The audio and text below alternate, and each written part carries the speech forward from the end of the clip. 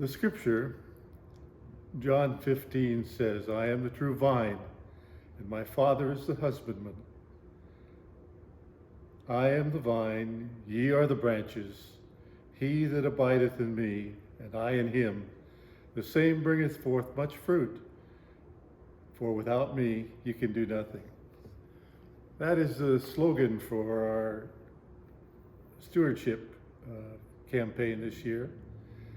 And the scripture clearly tells us that in accepting this relationship, we have a responsibility, a duty to perform, to do God's will.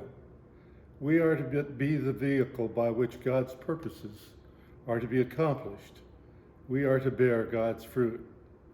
We seldom think about the processes that take place in a vineyard to produce its fruit, because the process is almost all invisible, but it's not simple. A tiny shoot takes nourishment from a variety of elements provided in the fertile soil. These elements compounded, and the nutrients are sustained by adequate moisture, heat, and solar radiation through a process that we know is called photosynthesis. The process causes the vine to grow and to produce leaves, which further the process and eventually generate fruit. We, like the vines in the husbandman's garden, are charged to process the resources that flow through us. Perhaps we don't think as often as we should about that work either, but I challenge you to do so. The church bears its fruit through a process which seems sometimes almost as complicated as that of the vine.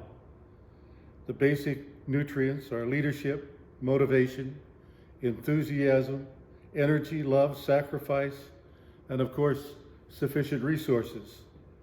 These elements, to name but a few, are managed, trimmed here and there to produce fruit of ministry, mission, relief, support, commitment, and peace. As is weather to the vine, the climate of the church experiences changes through required adjustments to process. Examples of climatic changes, impacts that First United Methodist Church has experienced include the reduction in size of our permanent pastoral staff, the expansion of ministerial offerings to meet congregational needs, such as those produced by COVID. We are obligated to react to challenge, requirements to fund more staff hours and electronic equipment to support enhanced ministries. We've been impacted by an increase in minimum wage requirements. And while making these adjustments, we've expanded our youth program, provided expanding support to worship and nurture teams, and provided important contributions to many in the community through the Little Free Pantry and programs of school support. In spite of the fact that the name of that one program, Little Free Pantry, is included here, none of these efforts are truly free. They are products of a synthesis of imagination, tremendous dedication and industry, and not the least again, resources. Their effect is the fruit of this effort.